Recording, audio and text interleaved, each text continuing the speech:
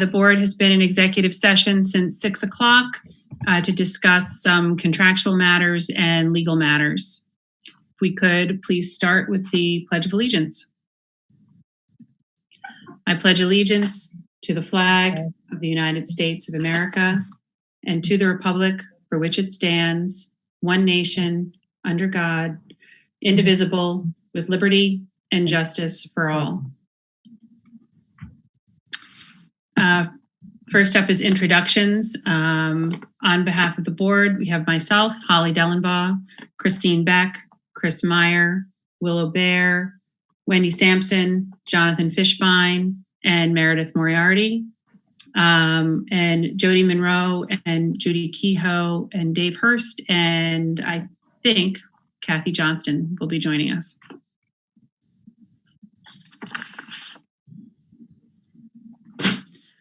First up on our agenda is the approval of minutes. It is recommended that the Board of Education approve the minutes from the July 7th, 2020 organizational board meeting. So moved. Second. Any discussion? All in favor? Aye. Aye. Aye. Any opposed? Any abstentions? That passes. Next on the agenda is the superintendent's report. Jody, I didn't know if there was anything additional you wanted to talk about before we get to the presentation. Just a couple things. I just wanted to let everyone know that construction is continuing.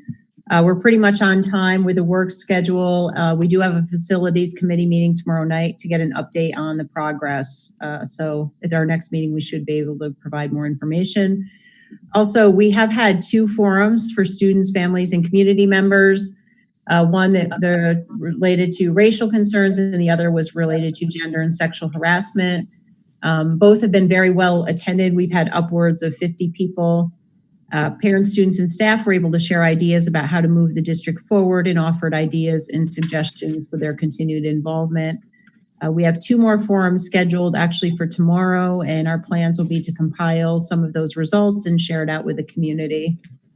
And this week and next, I'll be offering also town hall Zoom sessions for staff and parents to learn more about our reopening plans, as well as give them an opportunity to ask questions that they may have. I have 4 staff sessions scheduled for this week and 3 parent meetings scheduled for next week. And that's my report. Great, thank you. Next up is the board report. And I'll just say that I know, I think a couple of us were on each of the forums that have taken place so far. And I personally was on the racial equity issues one from last week and thought that it went well. And there are a lot of good topics that came up and good points that were made. And we also had a policy committee meeting last night where we addressed a bunch of the different policies that, including the Title IX and sexual harassment policy, and are going to take a look at, do a little research on maybe putting together an equity or anti-racism policy for the district. So we're just starting that process. But if other board members have thoughts about that they want to share with any of the committee members at some point, we'll obviously give more information down the road. Any other board members have anything they'd like to share? Chris. No, just that I attended the meeting on racial equity on Thursday, and I thought it was fabulous. It was nice because the whole community was there. So it was neat to hear from parents. It was neat to hear from high school kids. I believe there were some middle school kids there. They're younger. I mean, definitely some, I think middle school kids. I don't want to think. But it was just great to hear all the different experiences. I was more than impressed with people's thoughts and ideas during the hour and a half session. Thanks, Chris. I attended, Holly, the sexual harassment, one of the first forums yesterday. I think Wendy was there as well. And it was very well attended. What was nice, we had one of our students came back who's now a peer counselor in a college setting and gave some suggestions, which I thought were great. We had some students speak, some parents. I'm looking forward to the next forum, which I believe is tomorrow. I think it's a good start. I think there's still a lot of work to be done, and I think it's just the initial stages of it.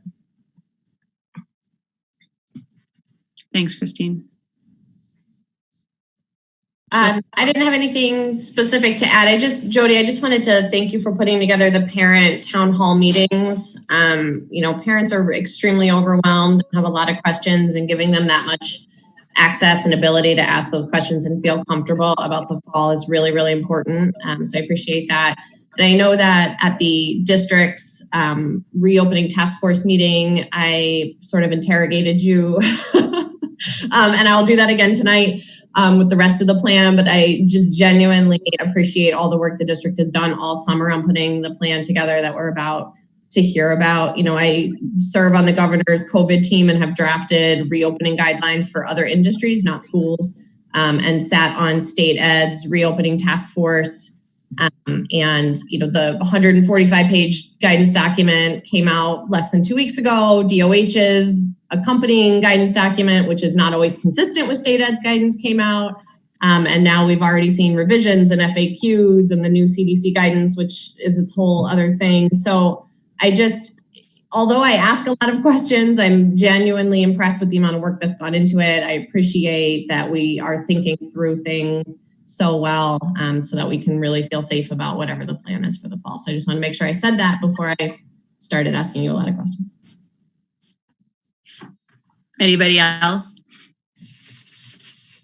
On that note, how about we turn to our presentation for this evening, a review and discussion of the 2020-2021 reopening plans as of today.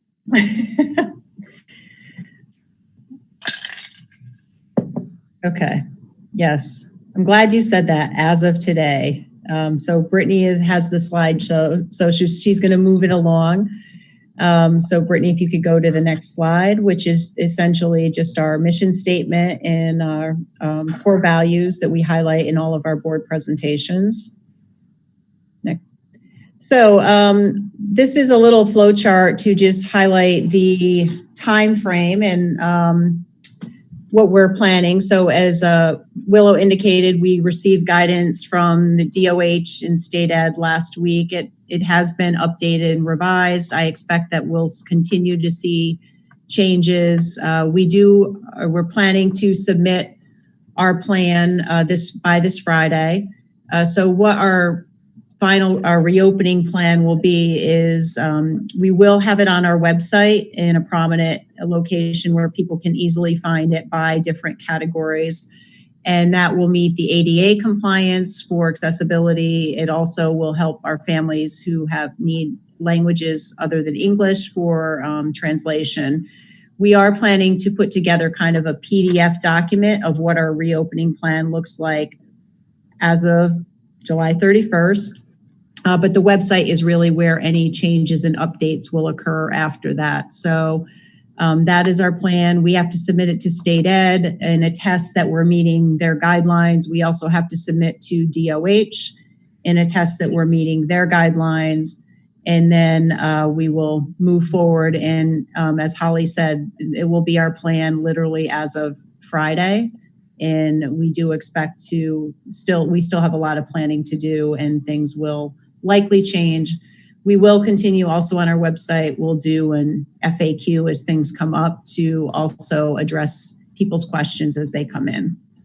So that is the time frame we're under currently. So Brittany, if you could go to the next slide.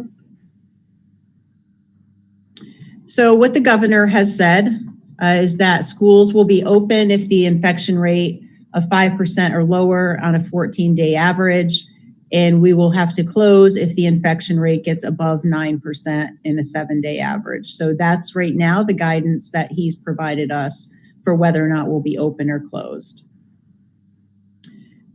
This slide actually I showed at the last board meeting for the focus areas of reopening. All of these things we began planning on probably almost 2 months ago, knowing that we were going to have to plan very safely and very meticulously of our reopening. So we have subcommittees in all of these areas that we're really down to the very specific day-to-day operations of what school looks like or will look like come the fall.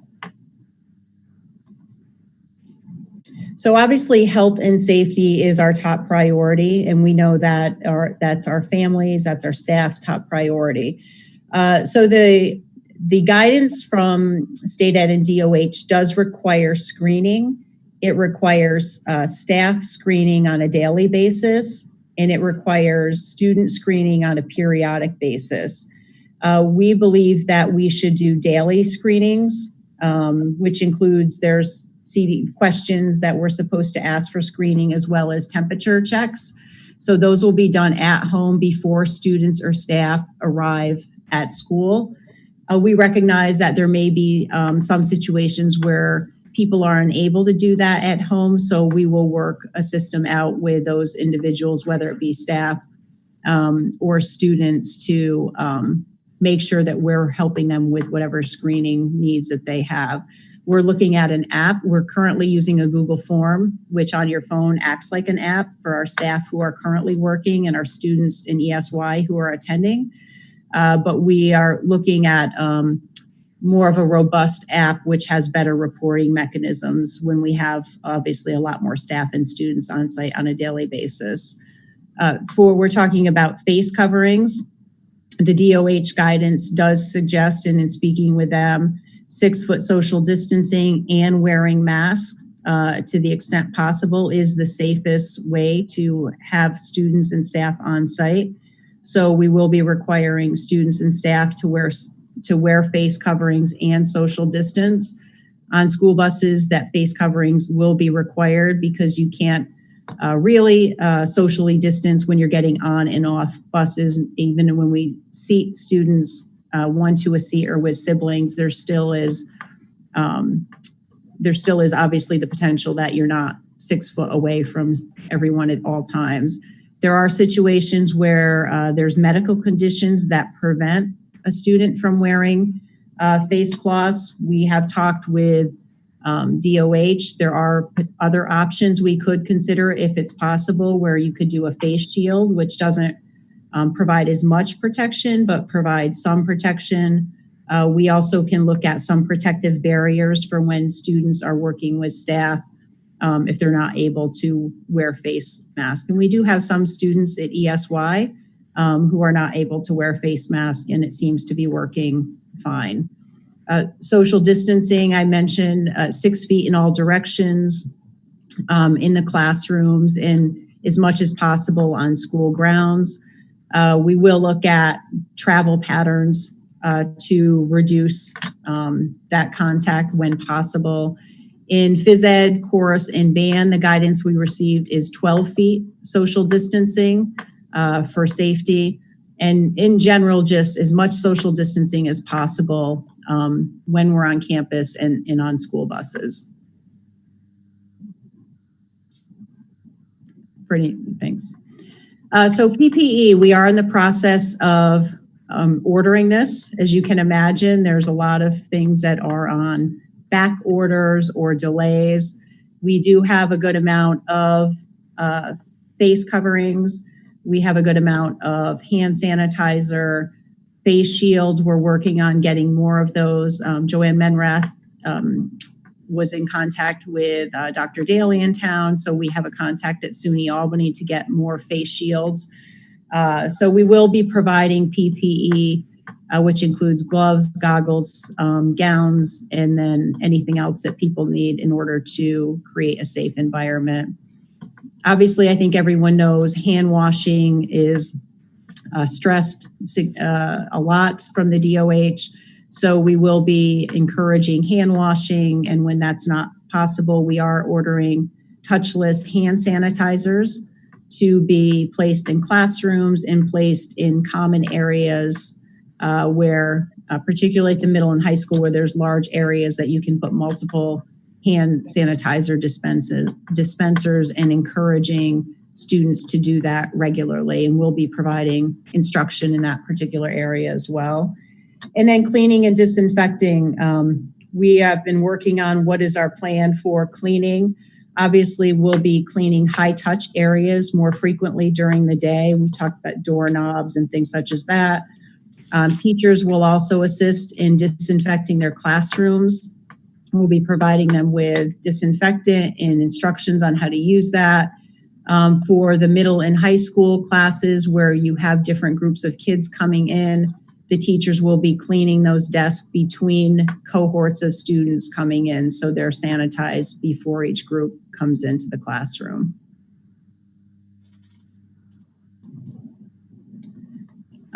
Also, there's been a lot of questions about COVID and how we deal with suspected cases of staff or students. So we do have a training. All the staff who are on site this summer did the training already, and we'll be requiring that of all staff, which talks about different types of symptoms to look out for with COVID.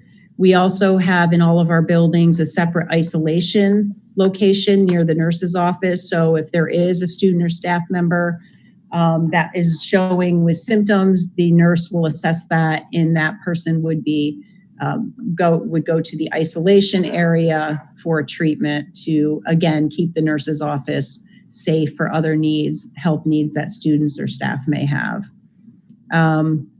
When the other piece that's important for us to consider is how do we help with contact tracing? So for example, if someone does test positive for COVID, we work closely with the Albany County Department of Health. And the more information we can provide about, let's say, a staff member, how many people did they come in contact with, where were they located, will help DOH with contact tracing and hopefully help give us guidance on what we need to do for follow-up steps with that. Some other infection control strategies that we have, obviously, capacity and congestion, social distancing, I've already mentioned. Student arrival and dismissal time will be staggered in some buildings, and kids will be dismissed in certain locations, which I'll talk about a little bit more. I'm sure you've heard a lot about ventilation, outdoor air exchange to the greatest extent possible, opening windows. Mr. Nolte has met with our subcommittee several times to talk about our ventilation system, and we are in a situation, fortunately, where we do have a good outdoor air exchange system, so that will be increased or has been increased to increase the flow of outside air. And then we already have installed some plastic separators in office areas. We're using some of that for ESY program, again, to create more barriers when particularly social distance or mask requirements can't easily be maintained. This slide I showed actually at our last board meeting to give people an idea of classroom capacity. So when we talk about social distancing, obviously the room size makes a difference, and then other things that are in there already. You know, we have been modifying certain classrooms, taking out things that are movable, rearranging them. This just gives you an idea about how many students can be in a location given the room size. And these are generally what most of our room size fall under across the district. So looking at elementary enrollment, this is our original enrollment. One second. If you look at primary, we started with, this was for when we did the budget actually, you can see our class ratios were around 19, about 19 and 18. The intermediate were a little bit higher at 22, 19, 19, 24 at Slingerlands.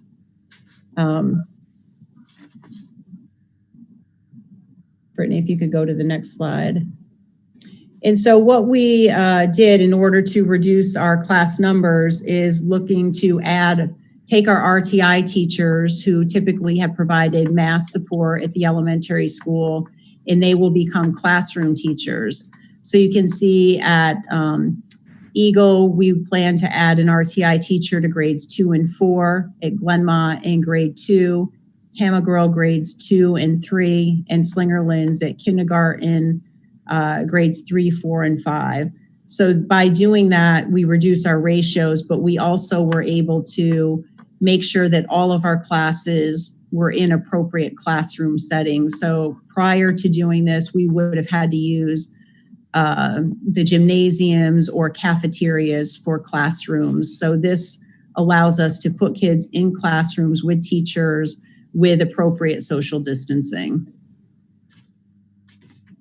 And you can see the ratios that dropped with the additional sections. So Eagle is about 17 and 19, Glenmont is about 15, Hamagirl is about 15, and you can see the ratios for Slingerland. So that definitely helps with the ratios that we had prior to adding the RTI teachers. In middle school, just to give you an idea of our enrollment, we have a little over 1,000 students, and at the high school, about 1,450 students currently enrolled. So what is our plans for instruction? So basically the guidance that was provided is that from DOH is we should look to have an online option, a hybrid in schools with in-person instruction, recognizing that as we move through the school year, we could likely find ourselves in any of these models. So what we have is we'll be proposing these options that families with health or safety concerns can be remote learning. So we will be sending something out to families in the next week or so, giving them specific information, which I'll talk a little bit more about, on what does our online option look like, with a hybrid option looking at certain students who are on site and certain students who are participating in online, and looking at also what does it look like for what grade levels for students who are in person. So what we're proposing is that we're able to, with appropriate safety precautions and social distancing, we can have all of our K-5 students in 5 days a week with in-person instruction. We can also accommodate all of our grade 6 students with a change in schedule to be more along the lines of an elementary model program. We also are planning to have, for special education, our intensive skills and skills students, K-12 in every day. We're also planning to have our ENL students in every day, K-12, and this is still not certain, but we are trying to get our career and technical ed students in the high school every day. So the rotating schedule in online would be in grades 7 through 12, where we broke it up by the alphabet. So we'd have about a 50% split here every day. So at the high school and middle school, we're looking at reduced numbers of students on any given day.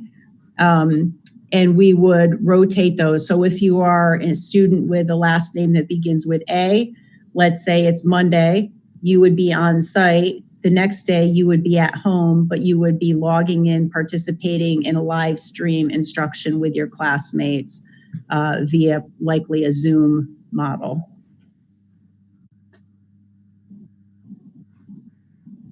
So prioritizing in-person instruction who may need additional skills. I mentioned K-5, grade 6, our special ed students, ENL and CTE. We are looking at a phased re-entry for the school year to allow smaller groups of students to come in, meet their teachers, and there would be a combination of remote in getting some students in. We haven't quite worked out the details of what that phased re-entry looks like, but we do believe that the safest way to begin school is to have reduced numbers as we begin the school year so everyone gets used to the new procedures that are in place. So grades K through 5, we'll talk a little bit about the in-person learning. So they would be on site every day with social distancing protocols after we do have a phase in of whatever that looks like. The RTI teachers were reassigned. That reduces the average class size to about 18. Special areas will be primarily pushed in. Choir would not be offered at the beginning of the year. Sharing of materials and supplies will not be permitted to the extent possible. There is a little bit of flexibility in that if we do have to share supplies, that they just need to be disinfected between use, but we are looking to really limit any sharing of materials. And then obviously we recognize that students need to move, they're elementary children, so we will look to provide movement and mask breaks built into the school day to the extent possible. Recess, we are working currently on what does recess look like. We believe that kids should be outside, they should have recess. Obviously, we need to take into account social distancing and what kinds of activities are appropriate. So we have a committee currently putting together ideas and suggestions for what recess can look like. Lunches would be served in the classrooms, and then obviously staff will be encouraged to use outdoor space to the extent possible, again, weather permitting. And we are looking to get tents, covered tents, so people will have more access to go outside even if the weather isn't, great. In grade 6, again, we're looking to have grade 6 on site every day with social distancing. The schedule would be modeled similar to the elementary schools where students are assigned more in a cohort model. Teachers will still teach the content by subject area. So one teacher in that cohort will be responsible primarily for ELA. World languages would not be offered in 6th grade because those teachers would be helping to reduce the class sizes, and they will help co-teach with content area teachers. We are hopefully looking for ways where we can still provide some level of language exposure, but it wouldn't be an everyday language class that we've had in the past. Specials would be scheduled like an elementary program, so students would have music, art, PE, and library. PE would be twice a week. Again, sharing of materials and supplies would not be allowed. Movement and mask breaks would be built into the school day, similar to elementary.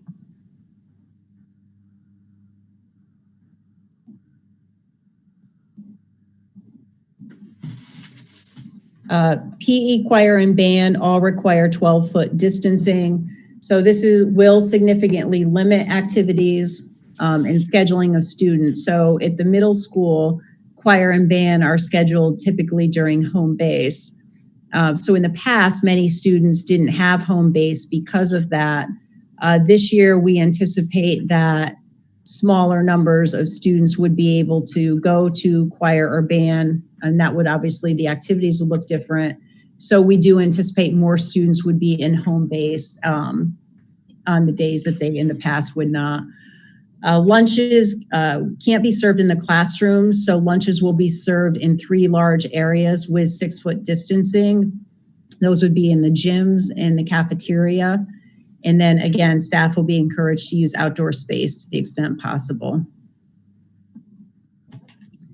So let's go on to 7 through 12. What does this model look like? So our 7 through 12 students, we do not have the capacity to social distance and have all of our students in every day. So we have a plan for on-site alternating days. We're saying orange and black. We didn't want to use A and B, but that's still up in the air for discussion.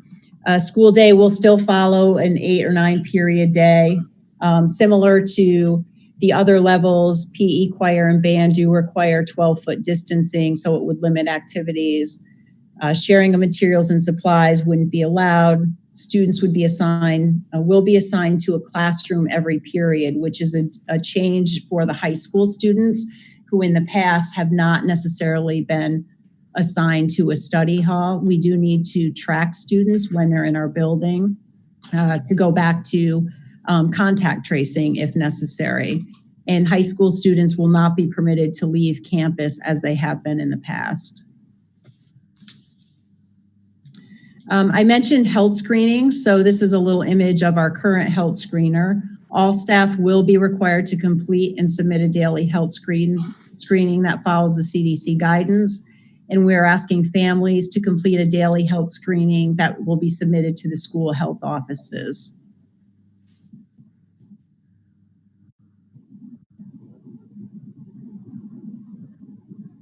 Brittany, you can move to the next slide there. Thanks. Athletics and co-curricular activities. So fall sports have currently been delayed until September 21st. Hopefully we'll hear something in the next few weeks about what the plan may or may not be for fall sports. If they are permitted, we would obviously follow DOH and New York State Education Department's guidance. Co-curricular activities, there are some that could be done virtually, and if that's the case, we would allow them because there will not be, at least in the beginning of the year, after school buses. Cleaning and disinfecting, I talked a little bit about some of these earlier, so obviously we're following the guidance of CDC and DOH. Some areas that cleaning and disinfection would be increased: bathrooms, the health offices and isolation rooms. I mentioned the frequently touched surfaces and common areas, cafeterias and kitchens, classrooms, and then the buses and any school vehicles will be cleaned more regularly. Desks will be cleaned by teachers and staff between different cohorts of students. No outside visitors will be allowed on school campuses unless it's for safety or the well-being of students. Any parents or guardians would be required to pick up and drop off their child outside during the school day. So we're working out the logistics of what that looks like.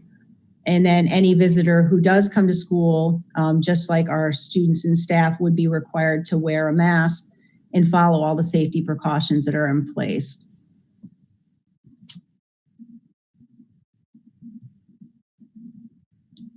Transportation.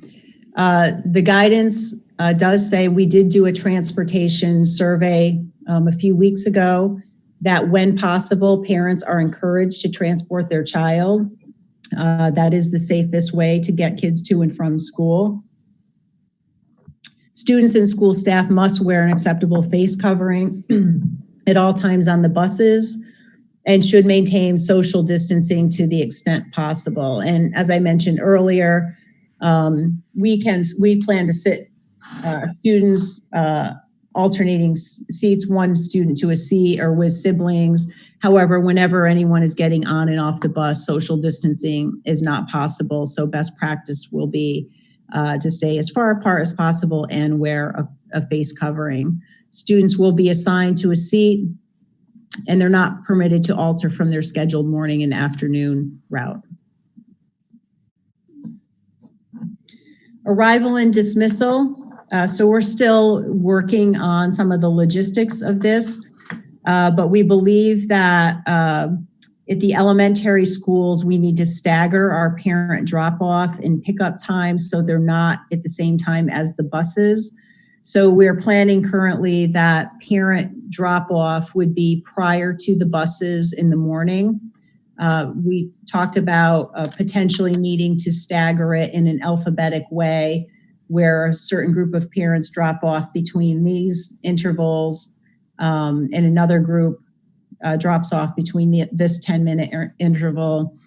And then the same thing at dismissal. Parents would pick up their students prior to the buses, again, potentially in groups where maybe as well just use A to K, since that's where we're using alphabetically, and L through Z. We also are looking at when students arrive, having them enter and exit the buildings at different locations to avoid having a large congestion of students in any one entrance or exit. At the middle school, one of the things that we will ask parents to do is please do not drop off students prior to 8 a.m. We've had in the past sometimes where students are dropped off, 45 minutes early, and that's just not possible during the coming year. Dismissal will be staggered by grade level and potentially exiting the building at different locations. Thus, high school students cannot be dropped off prior to 7:45, and then students would report directly to their period 1 class. In the past, they would typically hang out in the cafeteria or in the central foyer. This year, they would have to go right to their classroom. And then we are looking at dismissing students by different wings of the building at the end of the day. So some of our next steps in the planning process, obviously we received the guidance that we're currently working from. We're submitting our plan at the end of this week. Governor Cuomo did say he would expect to provide statewide or regional decisions the first week in August. And from there, our plans may be changing. I would expect that there will be changes as we move forward. So again, what we submit at the end of this week will likely change. So that's where we will be providing regular updates on our website and communication to our staff and to our families. So we are having several parent forums, parent town halls, which I mentioned earlier. There will be online a Q&A between August 3rd and 5th. We will record those, so if people are not able to participate, they can watch them at a later time. So we are hoping to get information out to parents specifically about the different options that they can decide for their child. If they opt to send their child in person, we already are accounting for that. If they are looking for a virtual option, we would like to know by August 15th, because that will help us in our planning and our staffing moving forward. So we'll be sending out information with a survey with information specific to their child about if they prefer a remote option, and then we will be able to plan more significantly with our staff with the numbers that we have. One thing I did want to clarify, because I think there are some confusion about a virtual or remote option versus homeschooling. And the remote option is certainly a choice that we are providing to our families. They would still be enrolled as a Bethlehem student. They would follow a similar educational path and curriculum, although we all know that a virtual program is not the same as being in class, but we would align the instruction to our curriculum. It would be a blend of real-time daily connections, so students would potentially log in. I'll take an elementary example. Log in the morning. The teacher would have them participate in their morning meetings, perhaps a read aloud, and then the other part of their work would be self-directed or pre-recorded lessons. The student would then, when the family feels comfortable, could return to the classroom without curriculum gaps, and they would be familiar with their classmates if they return during the course of the year. When a family elects to homeschool their child, they no longer are a Bethlehem student. The curriculum is then determined by the parents, and parents are required to create an individual home instruction plan and provide quarterly reports on student progress. Students are primarily taught by their parents, or sometimes they participate in an online independent curriculum, which does not necessarily align with the Bethlehem curriculum or New York State curriculum. So I just wanted to differentiate between those, because I have had several questions, and I think there's some confusion about those two options. So for our virtual option, if families want their child to only participate in a virtual option, for students in grades K-5, I mentioned that they would log in daily. There would be an assigned teacher of record, so their classroom teacher, and they would participate in some kind of a meeting and activity to start each day. Most of the instruction following that would be done through independent or assigned tasks or pre-recorded videos. In grade 6, students would follow an assigned schedule. They would receive live instruction in the core subject areas, which would be logging into their classes as scheduled and participating with a teacher and their classmates to the extent possible. Students would receive all non-core instruction through, again, recorded videos and assigned tasks. And in grades 7 through 12, students would follow an assigned schedule and receive live instruction in all subjects except for physical education. They would receive phys ed through recorded videos and assigned tasks. So our family forums, I mentioned, I just wanted to highlight that there will be 3 of those next week, August 3rd, 4th, and 5th. It's staggered time, so hopefully one of those days and times are conducive for everyone's schedule. We are also planning to provide student forums for students in grades 6 through 12 following those family forums, and the building principals will be scheduling that and providing more specific student information in more toward mid-August. Students are welcome to participate as well as their parents in those in the sessions listed above, and students are also welcome to participate with their families in the forums as well.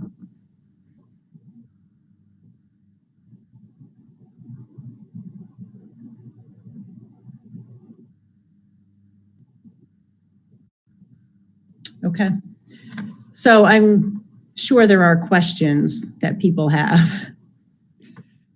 Jody, first question, I know there's going to be a lot more, but if a family chooses the remote learning option, can they change their mind at any time through the year? And as a follow-up to that, if they do change their mind, will their child be able to re-enroll at their home elementary school if they're an elementary school child? So right now, again, we're still working out the specifics, but we're thinking that students would be able to make a change at the quarterly marking points, so about 10 weeks. So if you opt for virtual to begin the year, we would ask that parents and students commit to that for those 10 weeks. Because of lots of reasons for the planning of students returning to school, staffing implications, as well as transportation. We would obviously try and accommodate students back into their home schools. But if, for example, a student wants to return to grade 3 at, let's say, Eagle, and they cannot have any more students in grade 3 because of social distancing, but Slingerland's had capacity, then the student would go to that building. So that would be, potentially there is a possibility that the student would not return to their home school. Can you, just keeping with the remote learning, can you help me understand why we can't, and maybe there's still time, to make sort of a more robust remote plan for the K through 5 cohort with more synchronous learning, et cetera? Well, there's a couple factors, and one is in order to get our students on site, we are using all of our staff, as you saw, our RTI teachers included, to reduce class sizes to make a safer environment. So we don't have staff that we can just allocate to remote learning. They would be part of a scheduled class. So that's one factor. The other factor is that there's a lot of research that shows you don't want young kids online for extended periods of times. It's not a great model of learning, to be very honest. If in fact we have a larger percentage of families that do want a virtual option, then we may be able to allocate staff to do more virtual planning. But again, I think, we all experience this, and I think many parents who had young children who were in kindergarten and first grade, to try and keep them engaged for any length of time online is a challenge. So Certainly, if we had the capacity, perhaps we could definitely build in some more contact time. But right now, with the staffing, that's the model that we can plan for. So if everyone has to stay home at any period of time, does that change? Because now you have that classroom teacher teaching only virtually? Right. So if we were closed like we were in the spring, we have a different plan for what remote instruction looks like, which would be a little bit more teacher contact time. And I don't know if, Dave, if you want to speak to that. I know that we have several different models. Yeah, so we would essentially break each class into smaller pods, if you will. So the day would start off with a whole class morning meeting, and then kids would rotate through live instruction, say, you would break the class into thirds, say. So 1/3 of the class would get like 30 minutes of ELA instruction, then the next third would come through, then the next third would come through, and then in the afternoon, you would do like a third would get like 20 to 30 minutes of math, a third 20 to 30 minutes of math, and then the other third 20 to 30 minutes of math. And during the times that they're not meeting synchronously with their teacher, that's when they would be doing social studies asynchronously or science asynchronously or a special area asynchronously. So they'd be getting a minimum of this. Again, this is just one of the options we're looking at, sort of, and about an hour and a half to 2 hours a day of synchronous, and the rest would be asynchronous. Because teachers would have the capacity to do that because they're not also trying to navigate students in front of them.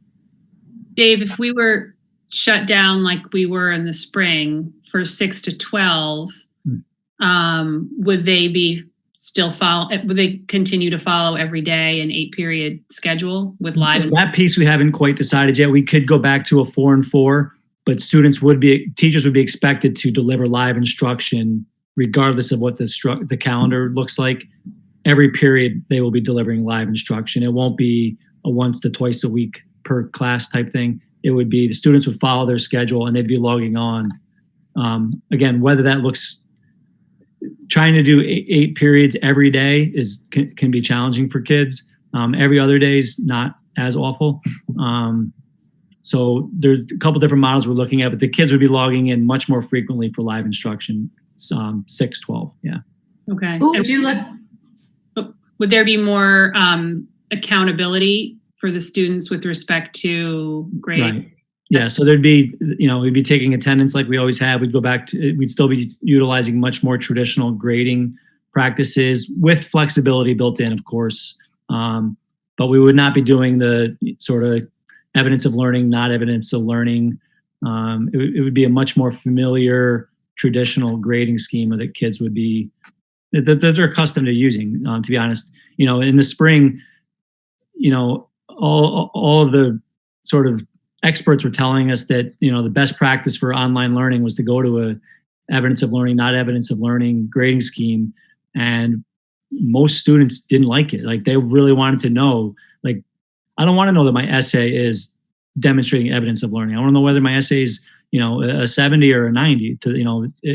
Students were really, I don't know if demoralize is the right word, but they did not buy into the evidence of learning, not evidence of learning. So we would go back to a much more traditional grading schema, again, with flexibilities built in terms of time frames and things of that nature, knowing that not everyone's in the same situation working from home. Okay. And also, just to point out, the state ed guidance was very clear that we need to be doing instruction that meets the state standards and prepares students for the assessments, the Regents exams. I don't see them canceling Regents exams this year again, or the AP exam or the college level. So what we did last year will not work for the coming year. So with that being said, I have a couple questions on the pre-recorded videos for K through 5. Is it the classroom teachers that would prepare that on top of their in-person? If they have students who are doing remote learning, it says they'll receive all remaining instruction through pre-recorded videos. So we'd be using things like Khan Academy, iReady lessons, science. We're actually in the process right now of recording all of the science labs that the kids would be doing throughout the year. knowing that they're not going to be able to do them even if they're in person, they're not going to be able to do them, most likely. So we're recording all of the science labs. So even the in-person kids will most likely be watching the labs via video. Social studies would be, again, via video. Teachers, again, this goes back to the capacity issue, right? You can't teach all day long with students in front of you and be recording lessons on top of that. So we're going to have to use recorded lessons that have already been vetted and published. And, Okay. Yeah. So also, if we go back to a remote learning structure, let's just say because pandemic requirements requires to be at home, part of the issue in the spring too is having faculty, they had their kids at home. So we're looking to have them teach their periods, their required periods remotely. How does that model change if their family life is not conducive to that? Unless it's prohibitive because of governor's orders, teachers would be coming in to deliver the remote instruction from their classrooms. This is actually something many teachers requested in the spring because they just don't have the resources at home. And there are those distractions at home. So the expectation would be, again, unless there's other stipulations or regulations surrounding it, the teachers would be coming in to deliver the lessons sort of uninterrupted from their classroom for that very reason. Well, I'm just thinking, so if they're home though, and all of their children are home and they have younger children, they don't have ready-made daycare available. So we have a period of time where teachers may not be available. And do we have lesson plans in place and somebody that could deliver them for those situations where we might be in a period of time where they're not available?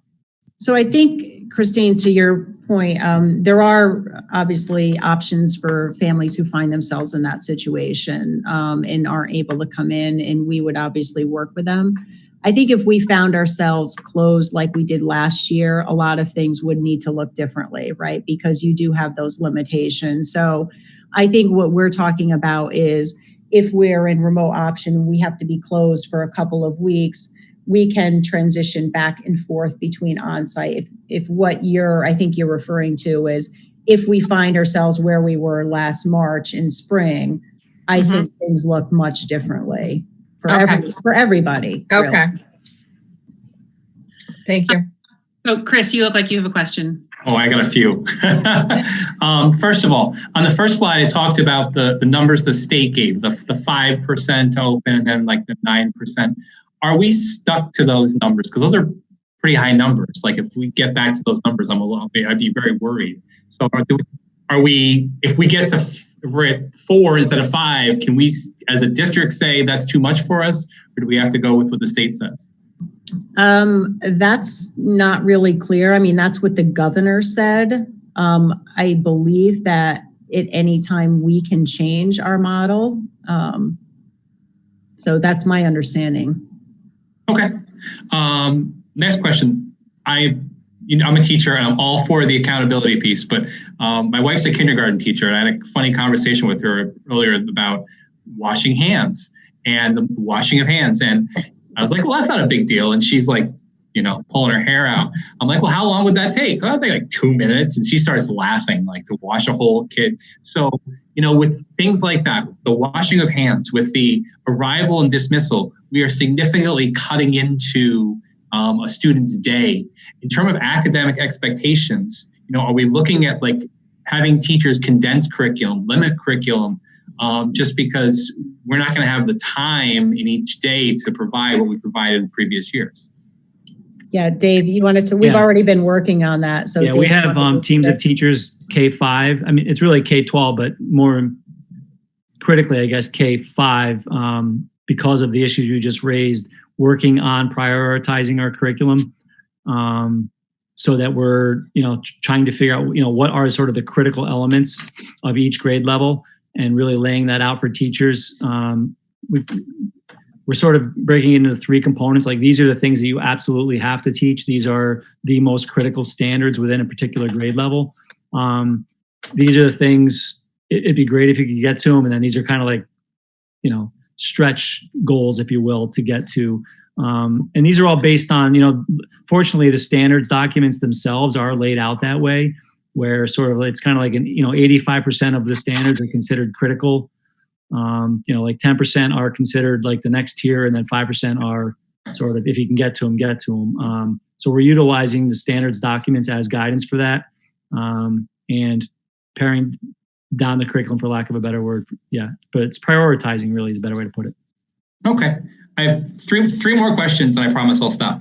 In the 712 model, on the hybrid model, if I'm a teacher, am I in the building every day on the hybrid model, or am I home the other day? No, you're in every day, because you're going to have half your students in one day and then the other half the next. Good. And then while you're teaching those students, you'll possibly be live streaming to the students that are at home. Okay. This is one that was brought to me by another teacher back in the spring, and I thought about it, and I'm struggling with it. In terms of paper and handouts, if I'm a math teacher, hypothetically, Ms. Hurst, and I hand out a math homework, and then I collect it, and then I pass it back, like the possibility for germs and all kinds of stuff. I know we're not sharing materials, but in terms of handing out materials, are we going to have guidelines in terms of distribution of paper? Like I'm even thinking about making my class paperless next year. So I was wondering what your thoughts were. Yeah, we actually have that in our internal kind of, all the little things that you don't necessarily have in this reopening plan. But the current guidance is that if you're using paper or even books that, you might give out a student 5 or 6, 7 books, you have a location for students to put them, and you leave them for, 24 hours seems to be the current guidance is relatively safe. If you want to leave them for, 48 hours, that's fine too. But that's the current guidance, that you don't just kind of collect and turn back papers regularly, that you let them sit for a period of time just in case. Although there's, and speaking with DOH, there's a less concern for transmission through things like that. So their guidance to us was minimally 24 hours, let a piece of paper sit before touching it. Yeah. And then the other thing to keep in mind is that, we're very fortunate in that we did decide to purchase the Chromebooks that are both touch and stylus enabled. So I know many students are now used to doing their math right on their Chromebook with the stylus. So limiting paper is less of an issue for us as for districts that don't have the Chromebooks with the stylus. All right. Last question, I promise. The screenings that the parents are going to do every morning, I think 80 to 90% of kids are going to have no problem with that. What are we doing? What's the protocol for that 5% that never bring in a sheet of paper ever? I mean, are we going to send them home? Like, how's that going to play out? So we're planning to do it with an app for ease of use for everyone. We could do paper if someone needed that, or our nurses can work something out with the family that maybe there's a phone call made or something. I mean, ultimately, we are doing screenings for the health and safety of all of our kids and students and staff. So that is a requirement from DOH that we do screenings, and we're requesting that everyone do it daily. If a student or family forgets to do it one day, it's not the end of the world. We recognize that this is a change and people have to get used to it. But if a family continues to not participate in it, we do have a remote option, which they could do that if they're not willing to kind of follow our safety procedures that we have in place. Yeah, because I'm sure most families it's not going to be a problem, but there's always going to be a few where it's just repeated. And this is one of those things where it's not like a field trip slip or something else. Where it's like, oh, well, like this is like, the safety of the entire building we're talking about here. Yeah, I'm going to go with, I'm not really thinking that 80-90% of the families will actually do this on a regular basis. I think maybe for the first couple of weeks, but if they're actually going into an office or getting ready to go to work, I remember what it was like when I had 3 young kids. I could see myself forgetting, not wanting to intentionally, but I think we have a higher standard to know if these kids are coming without having their temperature taken. I think we need to have something in place if they didn't do it, that we need to do it ourselves. Like somehow we need to check the app before they enter the classroom. I mean, it may not be DOH guidance, but I think the fever is one of the biggest factors in determining whether or not somebody's sick. Actually, most of, in our discussions with DOH, the temperature checks is not that reliable, to be honest. Really? Yeah, there's a lot of people who have COVID that don't present with a fever until sometimes not at all and sometimes several days in. So that's not necessarily the factor that someone would show. So in regards to the screening, we're hoping that most people are compliant with. The reason we went with the daily requirement is because hope that it gets people into a routine, just like you make your kids lunch or you pack this up that, I have it on my calendar every morning. I get a little alarm to do this. The one app that we're currently looking at, I think sends an email or a text message, I think. I don't know, Dave, if you know, it's a text. You'll get either an email or a text every day. And the nice thing is you won't even have to leave that in order to complete the form. You just do it right. So you open your email, you complete it right on the email, and you're done. Right. So I'm thinking more at the elementary school level where, they would need childcare if their children would be homesick because they had a fever or whatever, that they'd be more likely to say, go ahead. People could do that anyhow. I mean, they could not be honest when they're submitting that. I mean, we're hoping that everyone is mindful of the fact that this is a safety precaution and will be honest about it. So we trying to find an app that does send a message every day or a text message will hopefully help. And then we will. There's obviously some people who will have a struggle with that. So we've had some of that in ESY. I mean, it's been a good test for us to see how it works. And we've worked with, the nurses have worked with the families to figure out some solutions. Okay. And Jody, I don't remember if it was in the presentation or not, but obviously another part of the plan, right, is that school staff, particularly school nurses, but really everyone is trained on identifying what symptoms look like. And there's sort of that monitoring that goes on throughout the day, right? Yeah, that's in the training that everyone's required to take. Okay. I am wondering if there's still ongoing task force work on what the elementary remote curriculum might look like. I don't want to focus entirely on it, but I feel like if we can live stream other teachers, I don't understand why we can't live stream the elementary teachers. And I just feel like there could be more work there. So we don't have to talk about it now, but is that still up for debate somewhere? Yeah, so that we're still working on these models. To live stream elementary, we don't actually have some of the technology that's needed for that in the elementary buildings. But we're constantly looking at that, and we expect that things will change as we move forward. But that would be something we could discuss with the reopening task force. Okay, and I mean, there's still time to acquire technology. With the older kids, the older students, so we have K-6 coming full time. I'm wondering if we've done the math or can do the math about how much more room we would need to return 7th grade in person and potentially other grades in person. I don't have a good sense of how big of an obstacle that is space-wise. Yeah, we can't do it. I have a spreadsheet Mike and Mark put together of all the rooms and the capacity. So the middle school and high school rooms, many of them are not that big. So they're already looking at some sections, opening up some of the rooms that have the slider partitions in them to make enough room. So there's really no way to get more than 50% of the kids. And there's also, and you have to think about eating, where they're going to eat. There's only so many locations to get 6-foot distancing for that as well. So we looked at all of the possibilities for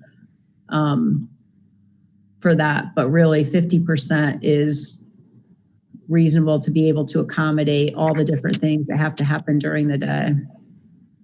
Jody, are you at the middle school in particular? I noticed at the slide, you don't want parents dropping kids off before 8 a.m. even at a 50% capacity, are we looking at a plan for what that's going to look like if we have everybody coming in to drop their children off at about 8 a.m., only having experienced the middle school parking lot at that time of the morning on a, in normal times? It's a little crazy. It's 50%. It's better. It's going to be better. Yeah, it's better. We are looking at having students go in different entrances. We're also, the buses sometimes get there sooner. So in the past, they've all waited and held students on the bus till, I think, 8 o'clock. So they're not going to do that. The buses are going to pull in, drop the kids off, and the kids will go in and go to their homerooms. So hopefully that will help with all the congestion of everyone going in one entrance at the same time. And then you mentioned band, but not orchestra for 7 through 12. Is that different because they can only have to be 6 feet apart? Yeah, orchestra only has to be 6 feet apart. And then at the K through 5 level, will there be any orchestra or band? Yes, orchestra is planned. Band, I'm not sure about yet because of space, how that would work. With 12-foot distancing, that is going to be tough. Okay. And then in the same music category with choir, is there any possibility at the upper levels of using outdoor space for kids to be 12 feet apart and sing? I think that, yes, that's something we're looking at, is for outdoor space. I mentioned that we're looking at getting some tents. So that is a possibility. I know the choir teachers are also looking at alternate, activities they can do with the kids as well. So I know they've been working on that. But yeah, singing 12 feet outdoors would be certainly safer. Again, though, you've got still 12 feet is pretty far apart. And we live in the Northeast, so outdoors is somewhat limited. I know, but we do send our elementary school kids outside almost, throughout the year, unless it's pouring rain or the wind chill or whatever makes it sub-zero. So I think if they actually brought coats to school, the high school students could go outside, and it might be good. Yeah, that's definitely a possibility. If we can get the kids to bring a coat to school, that would be really good. Yeah. I just think it would be, I think people would be happy to hear that it's still at least under 3. Absolutely. Yeah, we're still looking at that. Allie, if you're done with the arts, can we go back to the blocks, or the not block schedule, actually, the 8-9 period, and maybe why not a block schedule?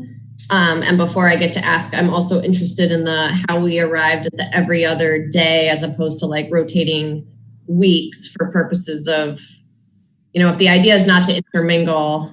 I don't know. I just sort of wanted to hear the theory there and to understand if I'm the parent of an orange group 7th grader, then my child goes in person Monday, Wednesday, Friday, and then the next week, Tuesday, Thursday. Yep. So we talked about different options. The staff, after experiencing online instruction last year, felt that students would be more accountable if they were on site with the teachers every other day. A week at a time, I think is a long time for kids who do not do well with online instruction. Also, in speaking with, I think Dr. Gafiri on our task force basically said, if you're not cohorting kids, which you can't do at the high school level or middle school, we can to some extent, and we will, then whether you have them in every other day or every week probably doesn't make that much of a difference, to be honest with you. It's the same kids with each other the days that they're on site.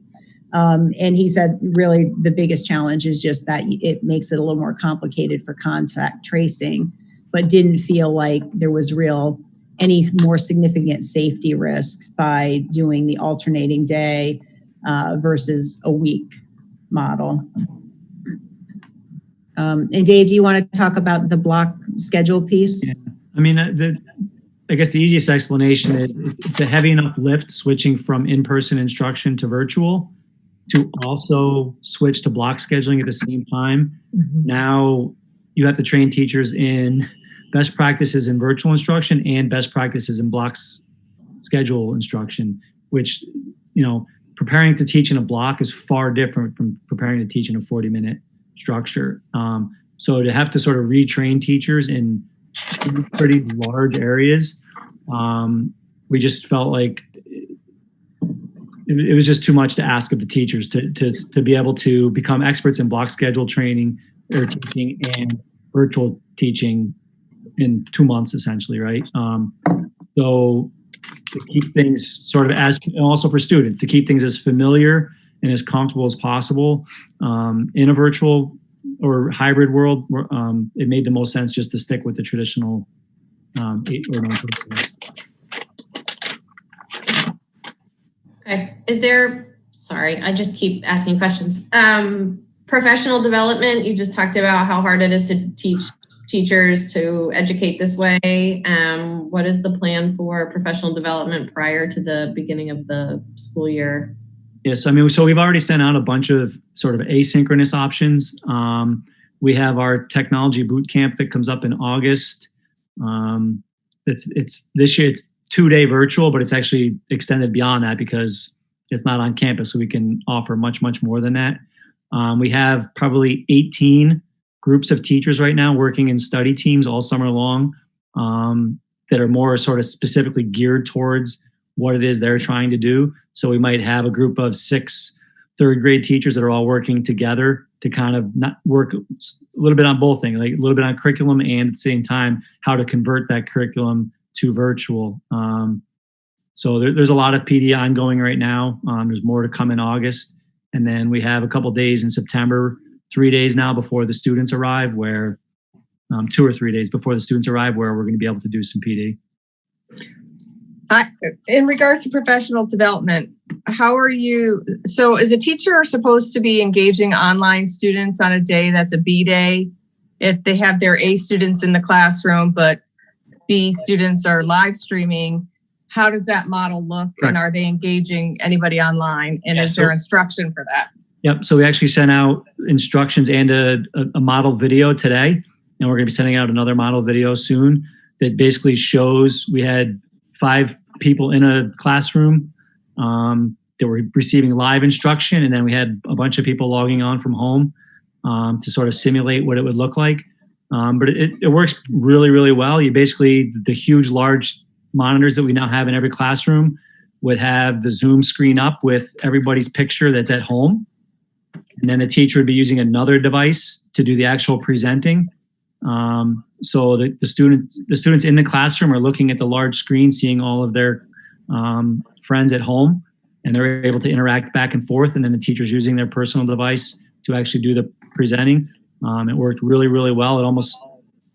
It was kind of a really good flow between students participating from home, students participating from within the class. It worked much, much better than we actually anticipated that it would.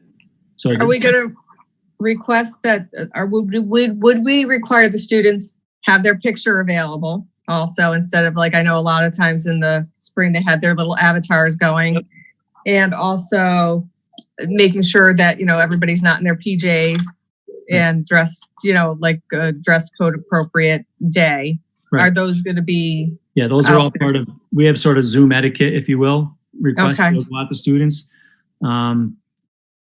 But at the end of the day, if they turn the camera off, I mean, I don't know really what, it would just be a private conversation, I guess. You can, but they're also, keep in mind, there are equity reasons why students turn their camera off. And if they're on the Chromebook, it's not as simple as saying, well, just change your background. On the Chromebooks, you can't change the background. So, you don't know what situation a student is in. It might not be appropriate for them to have their camera on. So you just have to be sort of sensitive to some of the equity issues surrounding using cameras. I think. Can I just follow up on Christine's real quick? Because I misread something here, and I apologize. I was being ignorant. So on the hybrid model, so if I'm A through K, I am getting a lesson. I thought, and I apologize, that the next day L through Z would get that same lesson. No, because we'd never make it through the year, right? I mean, but I was thinking that. I will admit my stupidity at times. Yeah. So A through K is getting. Will that be tricky though at times if it's if you're doing the how-to right in front of everybody, like a math lesson, the first day you do and you're not there for that? Will that give the advantage over the other? Right? I mean, they'll be logging in and they'll be able to participate in the lesson. They'll be able to ask questions. They'll, on their Chromebook at home, they'll be getting the live stream of the teacher doing the problems on the board. The only difference is you won't be sitting in the same room, but yeah. I mean, it very much will look like, I was surprised. It very much looks like if you've ever sat in a distance learning classroom that have been in existence now for like 30 years, right? It doesn't look all that different from one of those models. It works quite well.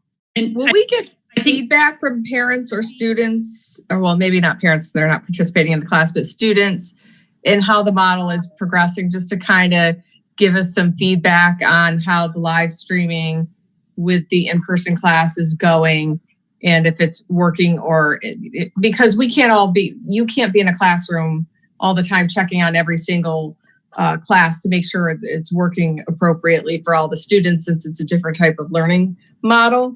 How are we going to kind of check in and weigh in that it's working? We can get feedback, but to be honest, in-person learning doesn't work for all students. So I want to be a little bit careful, right? There's no perfect model. The way that we're going to be live streaming is the best that we can possibly do. I mean, we don't have other technologies to make this work, right? The best we can do is have students in the front of the room on the big screen and the teacher presenting from another device. Like I said, it's very, very similar in nature to what distance learning classrooms have been doing for a long time. Is it exactly the same as being in person? Absolutely not. But for some students, this model might actually work better than being in the classroom. Kids with anxiety issues sometimes do better with synchronous and asynchronous learning just because they're in the comfort of their own home than they are within an actual classroom. So, yes, no, I just meant but if we ask feedback for the in-person learning, I think you get similar results in that some students love coming to school every day and they love the in-person instruction, and other students do not like in-person instruction. I guess I should have rephrased the question. Are we going to monitor how the students are performing compared to past performance to ensure that we have the same success rate as we did with in-person learning? And I understand that in-person learning isn't for everyone, but if we kind of see a drop, are we going to have our finger on the pulse to make sure that our students are still engaged, still successful as they were in previous years? I think I understand. Yes. So I think you're talking more in terms of grades then? Yeah, grades, performance. And that kind of goes back to the mental health. Yeah, the flexibility piece I was talking about. Yeah. The other thing I would add with Christine, there are some kids who do fine with the online option, and we know there's some kids who struggled. One of the things that with a hybrid model, if we notice that there's some students who are really struggling with logging on when they're at home, if we have capacity, because we have on-site learning, we could say to that student, you know what, just like we're doing with our ENL students, you're going to come to school every day. Okay. So again, we have limited capacity, but if we can make those accommodations, and that is under some of the guidance that I don't know if it was state ed or DOH, that to target students who are struggling in an online environment, if you can accommodate them, that is our rationale for bringing in our skills and intensive skills students. We know those students do not do well with online learning and will not because it's not a great model for them. Our ENL students struggled. So if there are students that we're seeing are really having a hard time, we potentially could say that we need them to be coming in every day. Yeah, I could see some kids on IEPs in middle school that might need that model every day of structure in person, or they're not going to get the material at home. Right. I want to make sure that everybody has a chance to talk, and I think that Meredith has been a question for a while. So I do have some questions. Thanks, Holly.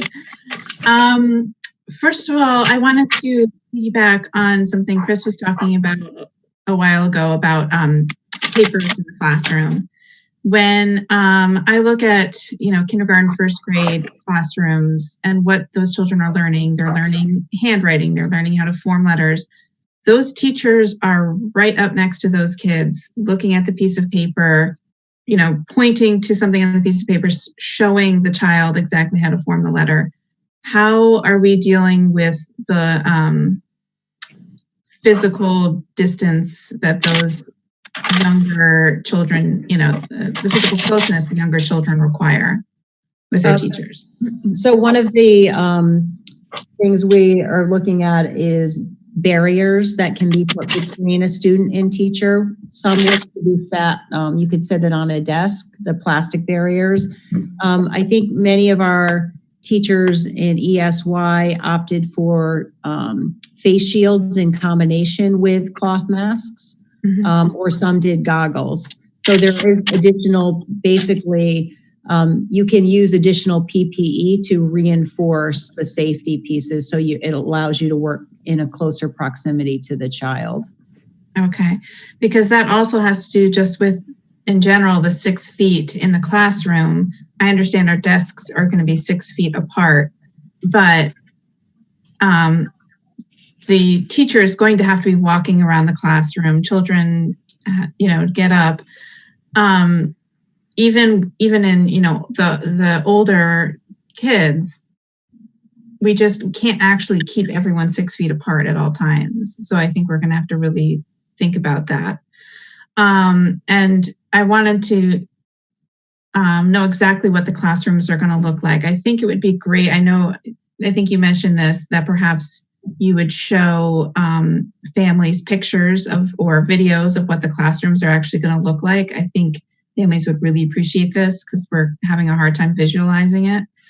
If the desks are 6 feet apart, if everything has been taken out, what are our kids going to be working with, especially say the younger years where they have a lot more manipulative things that they're traditionally have been working on?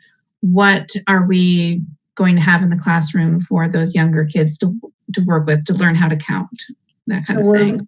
We're looking at getting students as many materials and supplies that are theirs and theirs alone. They have a little box of manipulatives or whatever that they would use, so there's less sharing.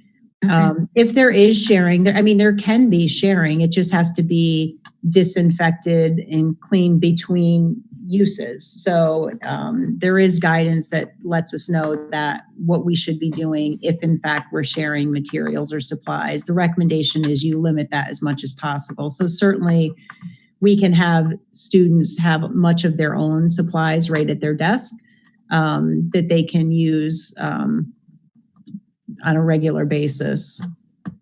Okay. Is that something we have the budget for, to buy 20 sets of Lego blocks for each classroom? Or well, I don't know that they're going to get Lego blocks for every student, but that would be a situation where if a student was working with Lego blocks before another student could use it, we would have a cleaning, they would have to be cleaned before another student used that. Okay. Yeah. And then switching to the middle school, I'm not really clear about the 6th grade. I don't understand, I guess, how we have enough teachers for 6th grade, because what I'm envisioning is, we traditionally have 300 kids in 6th grade, and we have enough teachers for those 300 kids to be in classrooms of, 22 kids. If we now have each classroom to have, 12 children or whatever is going to fit in that particular classroom, how do we have enough teachers to staff all those classrooms?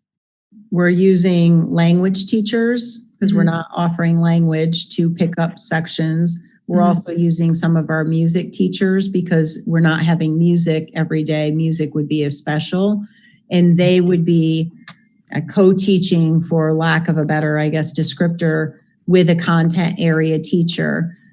So for example, one of our language teachers would be teaching ATM, which is our technology computer program. She would work with the other teacher for a couple of periods and then have her own sections that she would be instructing. A language teacher, for example, is assigned to work collaboratively with a science teacher. The science teacher would provide the lead content, and the language teacher would be there to help implement the lesson. And they would be in a larger space. Like, so let's take the gym in a period that they're not eating lunches in there. You can have two sections of kids in the gym with two teachers. The science teacher would be the one delivering the content, and then the language teacher would be offering the support, working with the kids, following that up. So that was the way we were able to reduce the numbers in each sections and use the staffing that we had with a new schedule in place. Okay, I guess I'm confused because what I thought you were saying was that 6th grade was going to be similar to elementary school, such as there's going to be the same 20 kids are going to be sitting in one classroom and the teachers are going to be rotating in. Is that not what it is? So the kids are going to be cohorted and the teachers will move to them. So the kids will pretty much remain together. Okay. And the teachers will move, but one teacher will be the ELA teacher still. One teacher will be the math teacher on Patroon, and the teacher will rotate to the classes. So the kids do still stay together. Okay. But you were just talking about like going to a gym. For a few classes that they have, but they'll still stay with their cohort. Okay. Okay. And then I had a couple other questions. I just wanted to encourage once again more use of outdoor space. Like Holly was talking, we send kids out in weather that we wouldn't normally want to go outside in, but we know it's good for them to get movement and fresh air, and even more so now. I think it's easier to say that in elementary school. I know it's going to be hard to get high school and middle school physically out of their classroom, outside and back in the 45-minute period that they have. So I really hope we can work on figuring that out, because I think it's the healthiest thing for everyone. And I hope that we can use this time to imagine some really interesting ways to incorporate outdoor education. I mean, this is the time to do it. Some really interesting science classes. I hope that we don't just march the kids outside and then, make them do math problems while sitting outside. That doesn't make sense. But if we can really incorporate the outdoors, now is the time to do it. I also, regarding the masks situation, I think this summer is really important for all families to have that discussion with their students and start practicing wearing masks, especially for younger kids who may have like some questions about it, some sensory issues, to get used to it. Wear your mask for 15 minutes, while you're watching TV this morning, and then build it up, because this is going to be a big change if kids have never worn a mask before and now they're being asked to wear it all day. And also get younger kids used to seeing adults wearing masks, so that's not a scary situation, for our younger kids, showing them what a face shield is or goggles are. I think that's really important to talk to them about, and just about generally talk to our students about the hygiene that's going to be required and the social distance that's required. So this isn't new information for the kids on the first day that they go into school. It'll make our teachers' days easier. I did want to ask if we have results on the transportation survey, how many students we think are going to be using the buses? Well, for the responses we got, and we didn't do it, family by family, we did a general survey. There were a lot who said they couldn't answer right.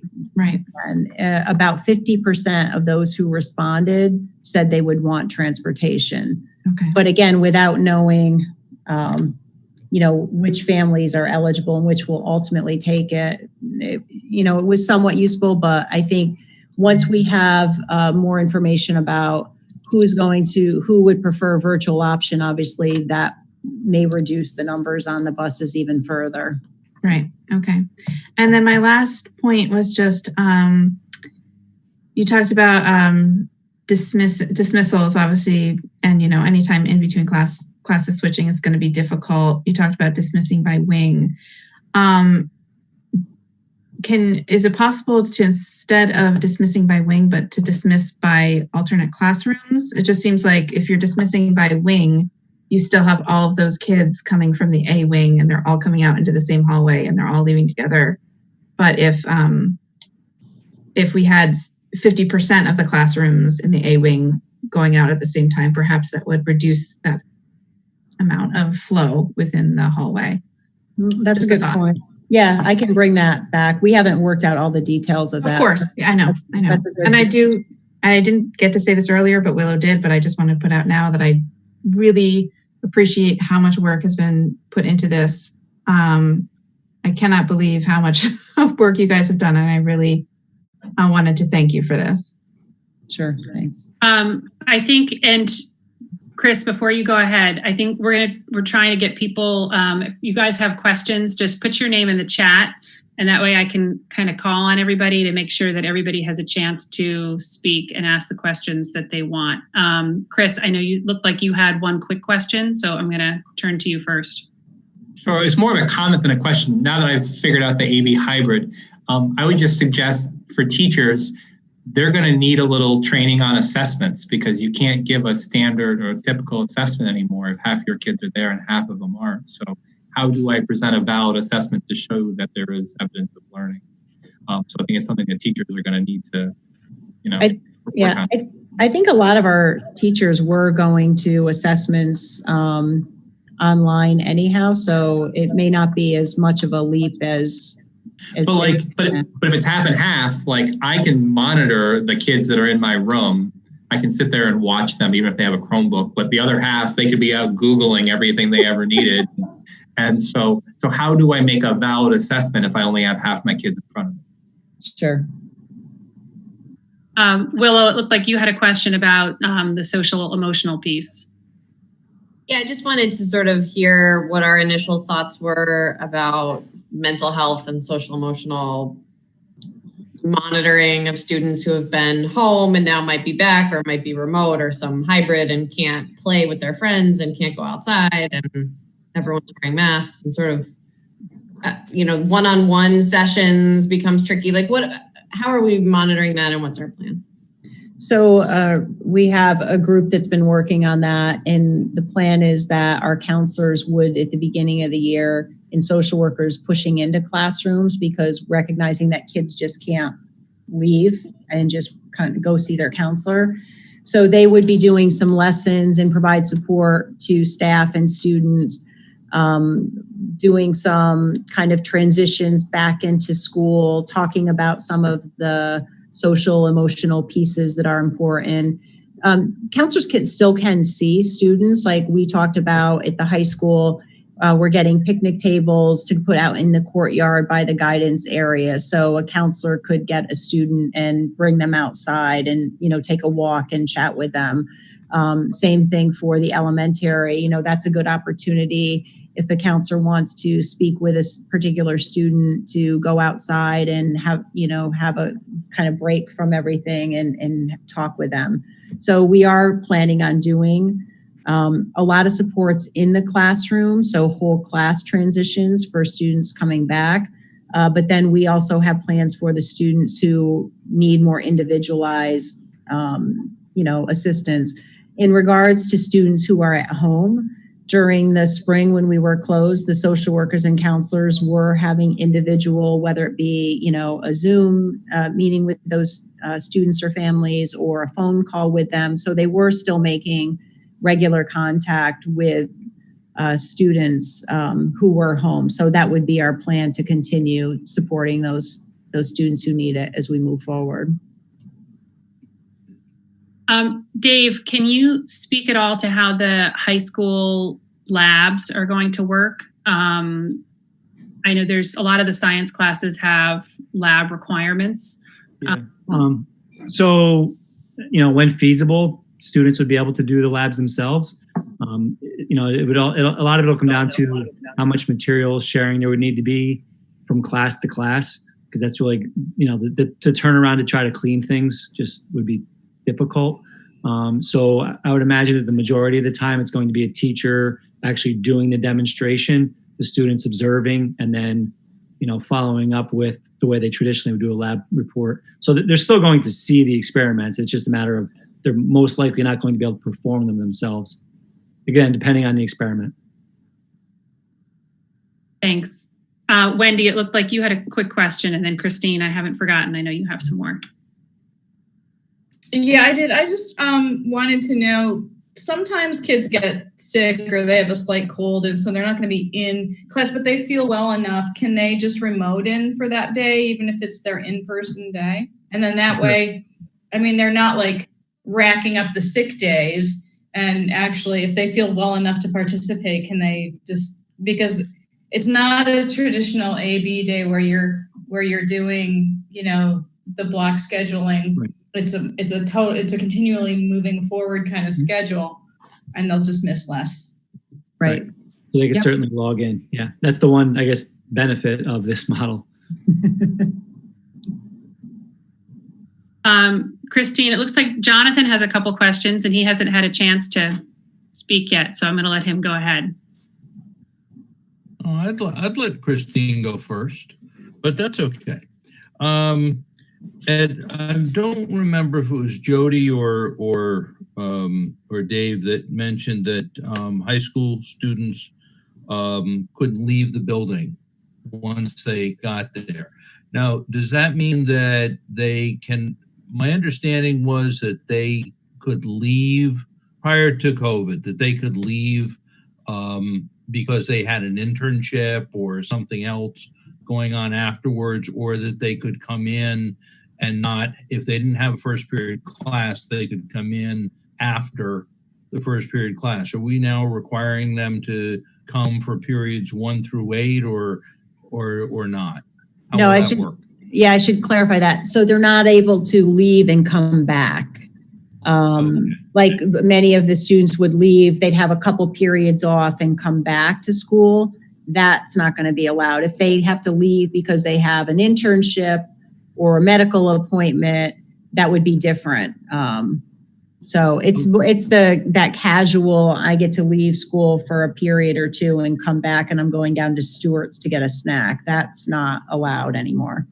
Okay, and we have, and you figured out a way that we have those students covered while they're in the building. In other words, they have a place to be. Correct. Okay. Now, as far as parking for the students to drive their own cars, any thought to having them a requirement that they put their masks on before they leave the car? I mean, I'm thinking of how tight the parking spaces are, and if you have them coming in at about the same time, you could have some, groups of kids parking together and coming out sort of en masse. And while you would hope that they would obey a, 6-foot distance, you may have, siblings in the same car or friends, although hopefully that would not happen. And, I would think that you'd want to have their masks on before they'd leave. Yeah, I don't know that, the high school administrators may have talked about that. It's not come up in my conversation, but it's a good point to bring up. So I'll bring it back to them. Okay. And earlier we were talking about access to counselors, and, you said you'd have some of the tables out in the courtyard, so that would be a possibility. But there will be some times when a child needs to see a counselor and the weather is not going to be cooperative. I'm assuming that you have already thought of that, and there are ways in which we can accommodate them. Absolutely, yeah. There'll be spaces for them to meet with their counselors still. Okay, and as far as some of the specials that we do, like the technology stuff, the coding, or a big program like Lab School, how are they being impacted any differently than the rest of the school by this? No, the only thing I think which we might run into obstacles with, and I know we've run into this with special education, is having kids go out to internships or work sites could be very limited. I know a lot of the Lab School kids in the past would potentially go over to, let's say, Eagle to do some hours. That would not be permitted. So that would be, I think, probably the biggest challenge. Same, it would apply also to the kids in CEIP who typically go out for work experiences. So I think those options might be more limited than they have been in the past. That's the one area I could see being impacted. So that requirement would have to be adjusted. Correct. And I would think at the same time, whatever community service hours are required for our students would also likely have to be adjusted. Has that been given consideration? Yeah, that's something we have to think about because, kids could, for example, their participation, they have to attend a board meeting. Well, they could still do that, even if we're in a Zoom meeting, but there's certain things that they won't be able to do. So yes, I think we have to consider that as a possible obstacle for sure. Okay, thank you. Yep. One question that I've heard a few times about our ventilation in the buildings. And I know you mentioned that there's outside air return, but I know that Governor had mentioned, I think a while back, about certain kinds of filters that were, I think it's MERV 11 or something like that. I'm not sure. Are those filters that we use in our HVAC units? I don't know if you can speak to that issue at all. I cannot speak to the specific filters. That would be a question for Greg. Okay. I know one of the, on the school climate survey, we've gotten so many complaints about temperature of the building and that whole airflow system. The airflow system is actually helpful during now. So, but I can follow up with Greg about the filter. Last time we had a meeting that did come up, and I believe he said that we were good with whatever the requirements were, but I'll double check that. That would be great. I think it came up in the context of shopping malls. So I don't know if it's a totally separate thing than in a building the size of a school, but it would be, I've heard it from a few members of the community. Judy, were you going to comment on that? Yeah, Greg had talked to me about that the other day. So he is looking at those options, and there was like an intermediate level and then the highest level that the malls were using. He was looking at one just below that and getting pricing information and availability. So more to follow, but it is in the works. Another question, and I think the answer was in your presentation, but with respect to the high school start time, there were some community members looking for clarity that the high school start time is still going to be moved to 8 o'clock. Correct? Yep. And then also, I know you've mentioned a bunch of different sources, but with respect to kind of where you've been getting your guidance for putting the plan together. There's the state DOH, CDC, our local Department of Health, and then I know you mentioned Dr. Gafferi. I don't know if everybody knows who that is. So that's the school physician. So right. I'm not sure if there's anybody I'm forgetting, but and I guess it's more just a statement than a comment. But I think there was some interest in kind of who the district is relying on to put its health and safety guidance together. Right. Mostly DOH is our primary source. Certainly Dr. Gafferi has been a great help. We've also reached out to some other local physicians who have been in contact with us to offer some assistance as well, particularly as it relates to PPE, in finding that, because PPE is, becoming more challenging to get. But DOH has been very helpful, and even the state ed guidance actually says that if any of their guidance is not as clear or is in conflict with DOH, school districts should follow the DOH guidance. Christine, you have a whole bunch of questions. Dean, you're muted. Thank you. So I have some questions regarding safety. Hopefully they won't take too long. But do we have guidelines too for faculty in regards to social distancing in the faculty lounge, what we think is good practice or what DOH thinks is good practice? I know we talk a lot about students, but I wanted to talk about faculty, teachers, and see if we're looking at it from that aspect too. Yep, in all of our planning, we've talked about the impact of students and also guidance for staff so that they're following the DOH guidance as well. Okay.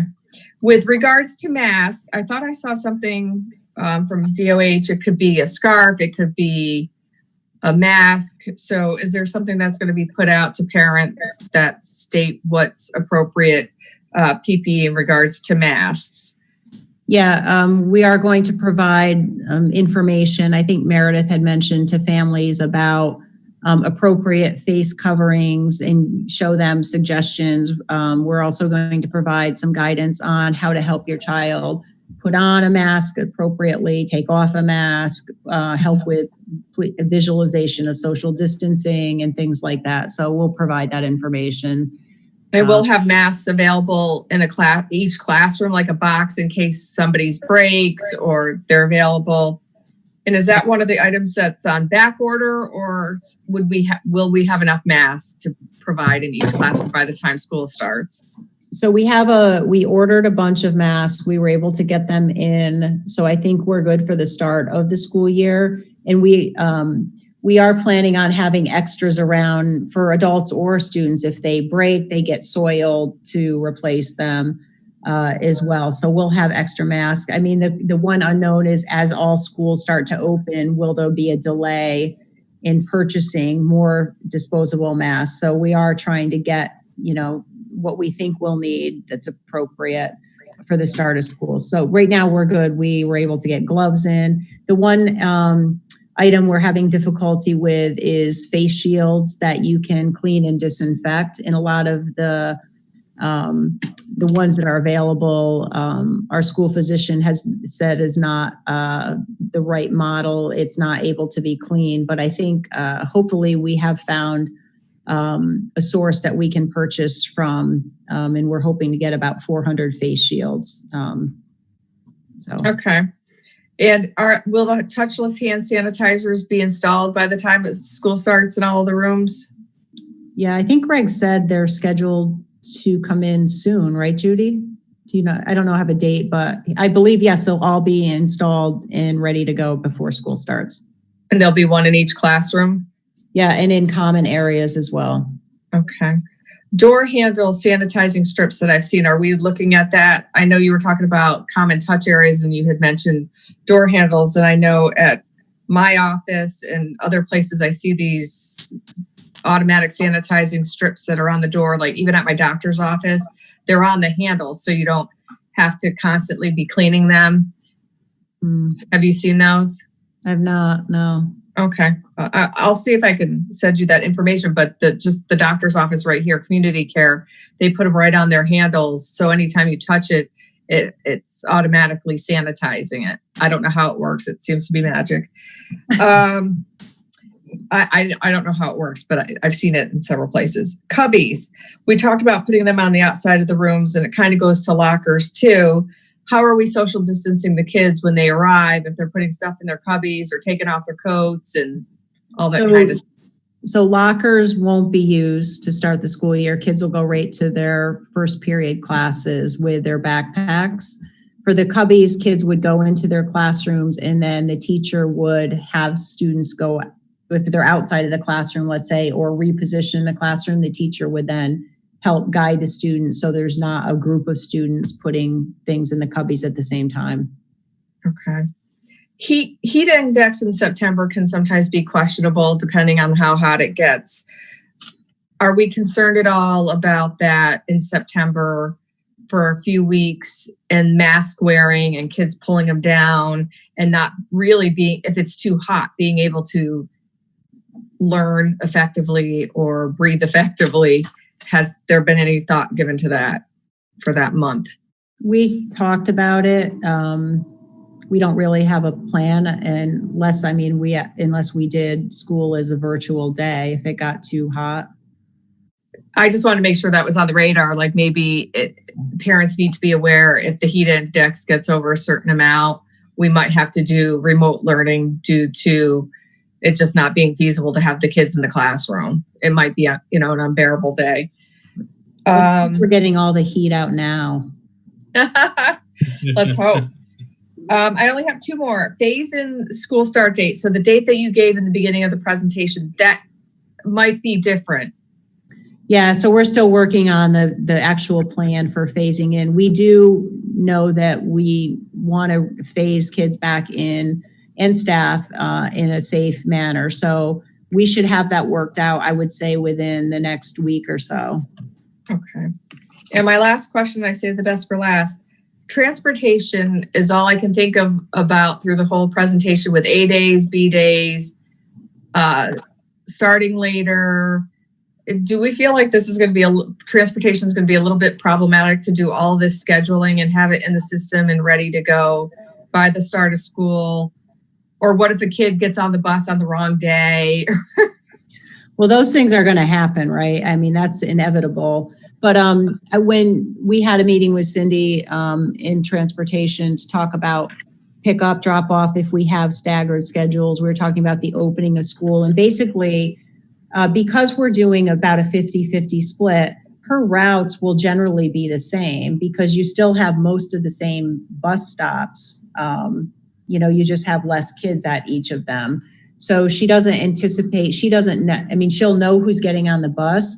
But if we changed and had one student say, you're going to come in every day, that really doesn't impact the route for her. So she doesn't feel like having the staggered, percentage, 50% of the kids is going to be a problem. From a programming perspective, it's not an issue. Like, all right, so we know intensive skill kids are going to be there, all elementary. And so just programming it from that perspective shouldn't be a problem. Like knowing who should be on the bus or whatever. Exactly. Yeah. Okay. All right. That was it. Willow, I think you had another question. Yeah, I have two more that I think are quick. We talked about no choir in elementary school, and obviously we can't play like wind instruments, but things like basic music class, PE, art class, library, things like that will still be modified. Yep. Theater in the high school, middle school. Yeah, so library, art, and music will still happen, will be pushed in. In PE, obviously, we want to get the kids moving and active. So the PE teachers I know are working on different activities with appropriate distancing for those activities. So yeah, those will still be happening. Okay. And then the other question was about related services. I didn't know whether we had to repurpose any of our therapy rooms, whether we had a thought about what related service delivery would look like and if it would be changed at all. So some related services, if it can be done with push-in, we would look to do that to obviously, keep kids from traveling too much. But there are times where we have to pull a kid out. So it would have to be done though by the cohort. Let's say there's, 4 kids who get a speech group together. They have to all be in the same class in order for the speech therapist to pull those out. So it may mean the speech therapist is only working with 2 kids from this class and 2 kids from this class. But I know that special ed has been looking at that and working with the related services. And, for ESY, actually, I know it's a smaller number of kids, but it's been working quite well. And if we have kids who are in virtual instruction, We can still do related services. Obviously, PT, OT get a little bit tricky to do, but speech has worked fairly well in a virtual format as well. Okay, and I know I said that was it, but I have one more. So things like sports, theater practices, things where kids pretty basically have to congregate are just kind of on hold, right? I know there's guidance putting fall sports on hold, but everything else seems like we're sort of going to wait and see, right? Right, exactly. Right. And if someone can do that remotely, I don't know what that would look like for sports, but about sports, but hey, they did clubs. We've in the spring, so we've done virtual theater, sure. Yeah, we're looking at doing clubs virtually when possible. Okay, perfect. I looked it up. It's called nanoseptic self-cleaning surface strips. So they have it so for door handles and. Okay, thank you. We'll look it up. Yeah, I'll send it to you. Great. Have we given any thought to reminding families or reaching out to them about not traveling to dates or days before school starts? That will go out next week in the communication about reopening and talking about the different instructional models and asking people to decide which model they would prefer. And please don't travel prior to Labor Day. And you'll include a list of the 46 states and DC. I think I could just include what states are permitted. That would be easier. And then I've seen a lot and had a lot of questions about those masks that have the clear part in the front. Have we determined whether those are okay to use? Is that an option for families that are, looking into masking coming back to school? Yeah, our school physician and Department of Health both have advised against using those because they're not able to be cleaned effectively. And the one model that one of the parents shared at the reopening task force that had the built-in plastic piece, I think it was the task force.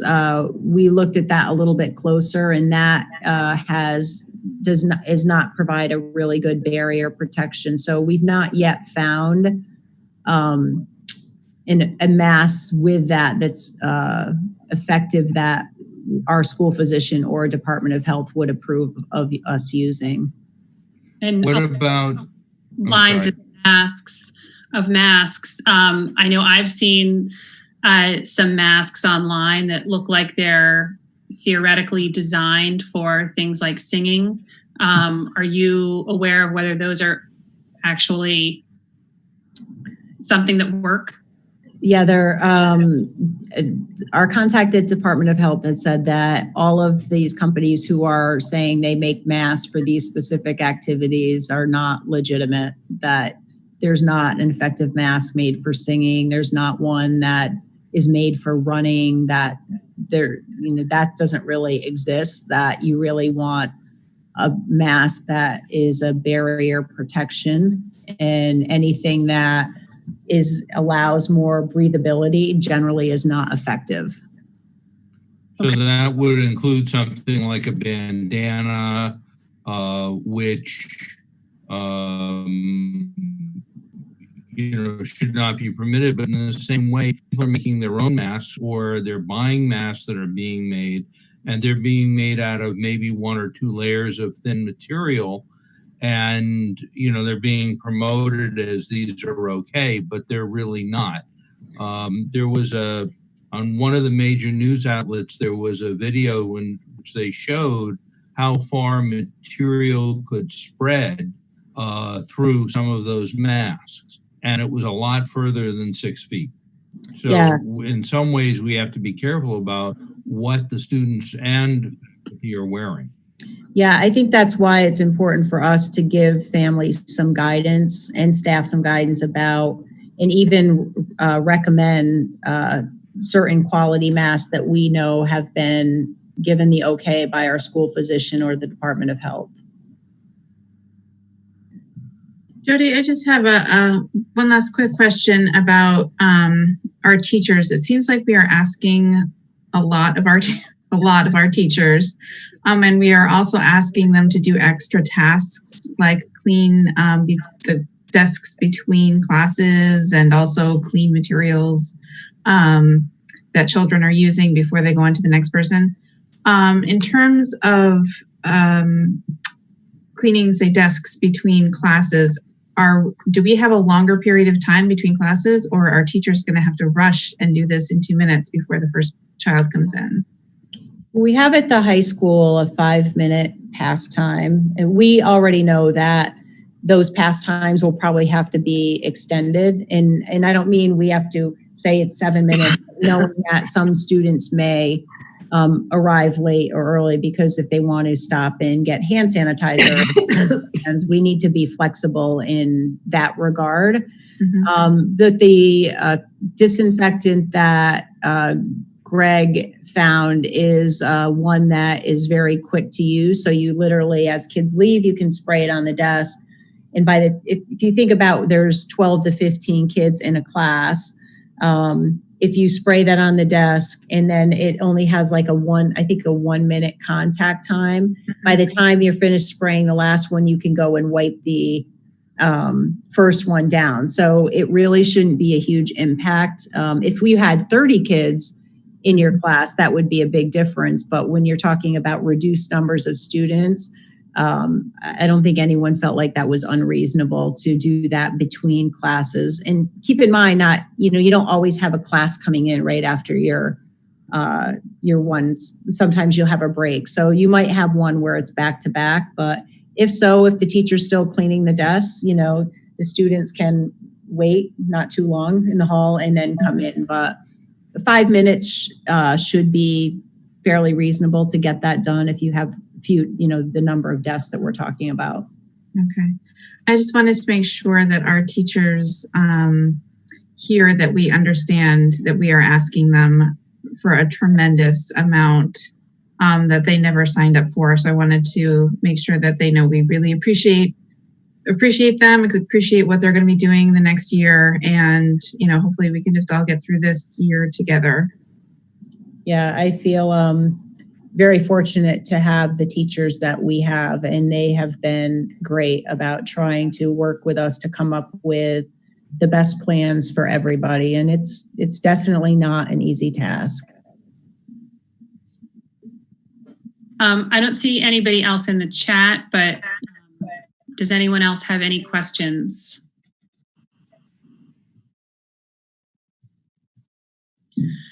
Jody, I'd like to just thank you again for putting this presentation together. I know, and I just want to say it out loud again, that this is a work in progress and that this is the plan as of today, and that there are still changes that will be made and still things that I know you're looking into, with respect to remote instruction in particular, and how we can make this work the best that we can. So thank you to all you guys for your work on this.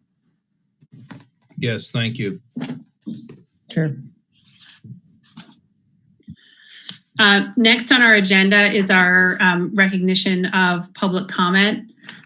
We received a voluminous number of comments from students, parents, and community members. And first, I do want to thank everyone for their thoughtful comments and questions, because I do think they're important. And I know we tried to hit with some of the questions from the board, a number of the comments and questions that came in. I'm just going to do a little quick summary of some of the comments. I mean, we had a number of the comments that came in. People are looking for a fully online option. Probably an equal number of comments that came in were from people who feel that online is not an option for their families, especially when they have young children and 2 working parents. We had people who were looking for information about how we're going to improve our online instruction, maximize outdoor education, and concerns about the efficacy and enforcement of the screenings that we're going to be doing at the beginning of the day. All of the comments are going to be provided to all the board members and to the administrative team, and will be made a part of the minutes of the meeting so that they can be reviewed. I just want to reiterate also that they're going to go to the communications department, who's working on putting together a list of frequently asked questions to go up onto the website. In addition, I think a lot of the information will be covered again at the parent forums. And if people have more questions that weren't answered tonight, that's a place that they can take their questions, or to those parent forums, which, correct me if I'm wrong, Jody, those are going to be recorded. So that if people are interested but are unable because of their schedule to participate, that they can watch them at a later time.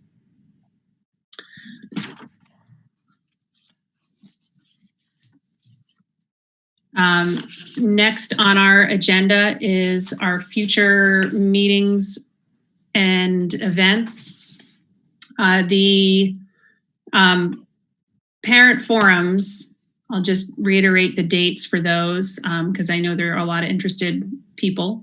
Monday, August 3rd at 6 p.m., Tuesday, August 4th at 3:30 p.m., and Wednesday, August 5th at 9:30 a.m. For the board, on Wednesday, July 29th at 4:30 p.m., there's a facilities committee meeting. Our next board meeting is on Wednesday, August 12th at 7 p.m., anticipating an executive session at 6 p.m. And our meeting following that is on Wednesday, September 2nd at 7 p.m., anticipating an executive session at 6 p.m. And for both the August 12th and September 2nd meeting, we would obviously love to have them in person, but are going to keep an eye on what the DOH guidance is before those meetings take place.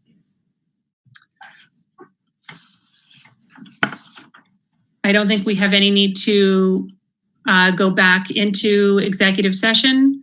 So if I could have a motion to adjourn the meeting. So moved. So moved. Second. All in favor? Aye. Aye. Aye. Anyone opposed? Meeting adjourned.